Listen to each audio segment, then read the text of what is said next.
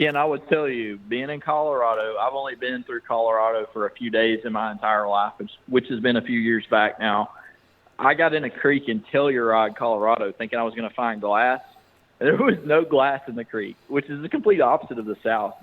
In the South, if you get in a creek, you're going to find glass every, 2 inches. I mean, it's just glass everywhere.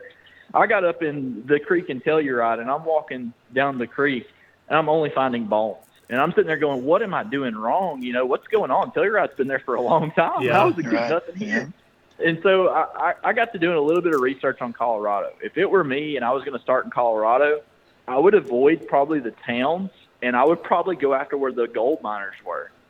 The gold miners had to have had whiskey. They had to have had camps, and they would have not had easy access to a place that would have had a trash service. So they would have been dumping their stuff someplace. And, the more gold miners that were there, probably the bigger the dump. And with that being said, if they were digging gold, they were definitely drinking whiskey. They were spending it. Yep, that's right.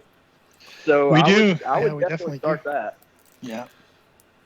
We love digging those old silver camps and those gold camps for sure. Yeah. The main problem we have with that is it's hard to find exactly where the dump is. But you do find, usually what you find is a huge collection of tin. Large collection of tin, a lot of tin, all their tin cans, all their pork and beans, all that stuff. Just tons of it littering the ground. And sometimes in large concentrations. And it makes me think, is this actually the dump or is just, and so what's deeper than this? And how deep do I have to go to start hitting glass? I mean, I'm not seeing any glass, just tin, just tin and iron and all kinds of stuff like that. And, were the bottles closer to the river or did they put them in a separate area than all this tin, or am I just not going down deep enough now? I know about probing now where I didn't know about probing then.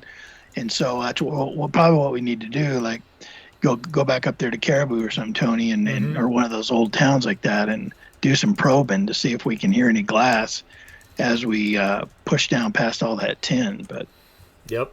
Well, and I mean, even with a Hutchison style bottle, I mean, they had a tin stopper that was inside of it. It rings up in the 60s and 70s on a Garrett AT Max. So just keep in mind, if you're going to find a Hutch bottle, they will ring up. Obviously, you got to be in the middle of taking range. So 6 or 8 inches deep, you may be able to find it.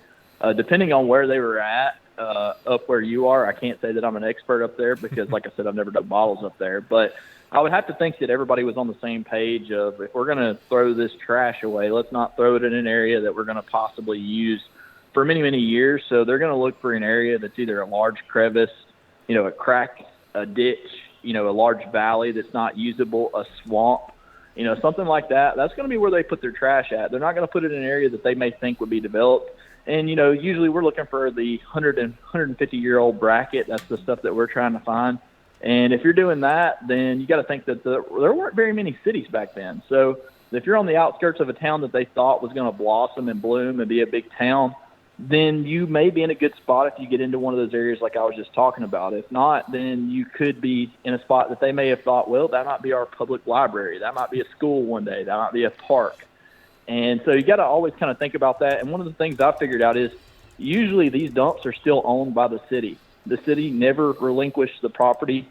They never let it go to anybody else, another owner, and they keep it. And now it's not a dump, but a lot of times now, at least down here, it's a park.